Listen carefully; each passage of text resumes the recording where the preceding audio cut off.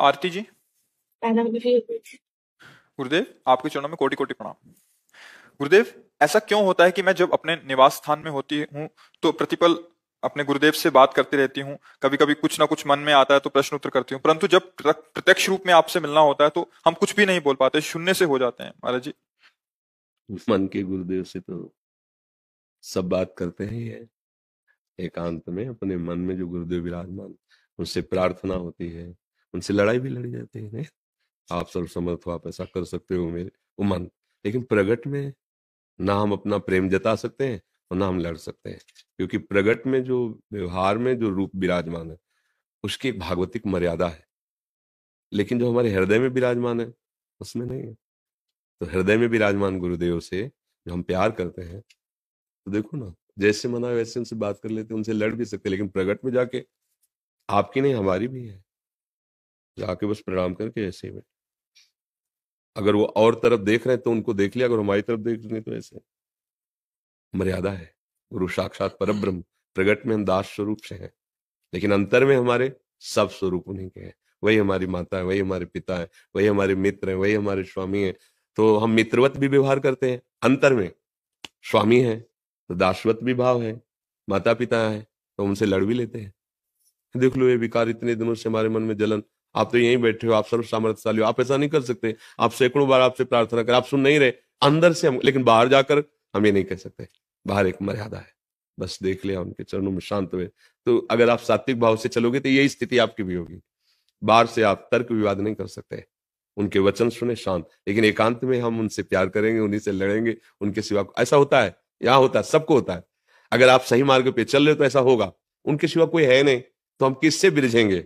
उन्हीं से। तो हम रूसेंगे भी तो उन्हीं से, हंसेंगे तो उन्हीं में, रोएंगे तो उन्हीं में। हमारा जीवन भी वही है, हमारा विश्राम भी वही है। इसलिए अगर सात्विक भाव में ऐसा है तो ऐसा स्वाभाविक होता है, सबका होता है जी। शिवम प्रजापति जी। जय श्री राधा रानी। महाराज जी, आपके चरणों में कोटि कोटि प्रणाम। महाराज जी, मैं लगभग 6 सालों से रोड पर रहने वाले पशुओं एवं पक्षियों की निस्वार्थ सेवा भाव से उनका देखभाल करता हूँ, और अगर उनको किसी प्रकार की अड़चन आती है, तो जैसे चोट लग जाती है, बीमार हो जाते हैं, तो मैं उनका इलाज प्रसार करता हूँ। महाराज जी, पर लोग उन बेजुबानों को बेवजह मारते हैं, उन्हें कैसे समझाऊं भी इनमें भी प्रभु है। कोई नहीं समझने वाला, बस आप समझ लो। आपको भगवान ने जो सामर्थ्य दी, बुद्धि दी है, उतनी आप सेवा करो। किसी के समझाने की चेष्टा मत करो, कोई नहीं समझने वाला।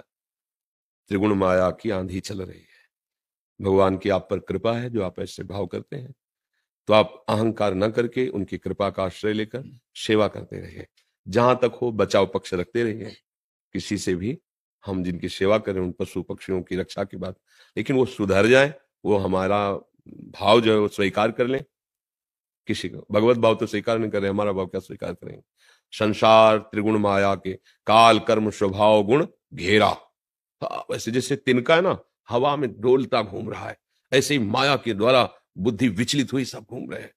कोई विरला ही पर सेवा, भगवत सेवा, भजन, धर्म, इस पर कोई बिरला ही चल पा रहा है। सब चल पा रहे हैं क्या? आप देखो, मन माने आचरण। तो आप पशुओं की सेवा की बात करते हैं, पशुओं को जिंदा भून भून के, पशुओं का मांस नोच नोच के लोग खा रहे हैं, कैसे वो समझेंगे? जो अपनी रसेंद्री को इतना दुलार करते हैं कि अपने ऐसे नहीं काट सकते, और उनके अस्त्रों से उनके शरीरों को काट काट कर बुद्धि भ्रष्ट हो गई है, बुद्धि नीचता को प्राप्त हो गई। कैसे वर्णन करें उसका, कैसे वर्णन करें?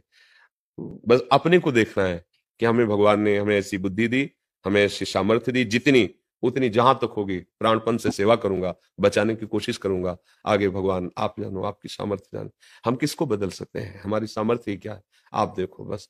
दुख तो होगा, ऐसा नहीं कि आप दुखी ना हो, दुख तो होगा, पर क्या कर सकते हैं? हम असमर्थ हैं। अगर हम वैसा ही व्यवहार करने लगे तो फिर हमें उनमें अंतर क्या रह जाएगा? हम प्रार्थना कर सकते हैं, हाथ जोड़ सकते हैं, बचाव पक्ष में हम अपनी ताकत का प्रयोग कर सकते हैं। बचाव पक्ष में, मारने के लिए नहीं, बचाव पक्ष में, उस जीव के बचाने के लिए।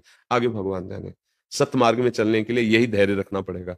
कोई सुधर जाए, बड़े बड़े महापुरुष आचार्य भगवान स्वरूप अवतरित हुए, पूरा संसार नहीं सुधरा है। जो सुधरना चाहे वो सुधर गया, जो सुधरना ना चाहे तो उनके पास रहकर भी नहीं सुधर पाया। ये संसार बच्चा, ये महान दुखमय है। जितना बन सके परोपकार करो, नाम जप करो, और सर झुका के निकल चलो, इस संसार से निकल चलो। यहाँ अगर हम सुधारने की कोशिश करें ना, कि सबको हम सुधार देंगे, असंभव, असंभव नहीं हो सकता। सुधरना जो चाहे तो 1000 कोस दूर बैठकर हमारी बात सुनकर सुधर जाएगा। सुधरना ना चाहे तो रात दिन पास रख करके भी हम उसे सुधार नहीं सकते। अब यह है कि भगवान का एक त्रिगुण मायामय खेल है, उन्हीं के ऊपर समर्पित कर दो कि आप देखो, आप जितनी सामर्थ्य दी उतनी सेवा कर रहे हैं, पर हमसे सहा नहीं जा। जैसे अभी पहले बैच में जो एकांतिक में था, हम यही कह रहे थे, कभी कभी मन निराश हो जाता है जब समाज की उद्दंडता का स्वरूप देखते हैं ना, कि बहन बेटियों के साथ ऐसा, पशु पक्षियों के साथ ऐसा, तो लगता है क्या है, कैसी बुद्धि भ्रष्ट हो गई है। चाहे जिस भगवान को मानो उसी का तो सब परिवार है, वो भी भगवान के साथ जिसके 10-5 लोग हों और सब ना हो, वो भगवान नहीं कहा जाता। भगवान वही होता है जिसका संपूर्ण संसार है। चाहे आप जो नाम लो, अंग्रेजी में ले, उर्दू में ले, हिंदी में ले, उसके नाम अनंत है, उसकी भाषाएं अनंत है, लेकिन वो एक महामहिम है जिसकी सब संतान है। भला एक बच्चे को फूल देके और दूसरे को सूल मार दो तो पिता प्रसन्न होगा क्या? ऐसा कोई धर्म तो हमने आज तक पढ़ा नहीं कहीं किसी ग्रंथ में। मनमानी आचरण, एक धर्मावलंबी दूसरे धर्मावलंबी की निंदा करता है, दूसरे धर्मावलंबी का हिंसा के द्वारा दुख पहुंचाता है, मार रहा है, पीट रहा है, ये सब क्या बुद्धि में? तो ये बुद्धि ही तो गिर गई ना। तो हम सोचे कि हम समाज सुधार लेंगे।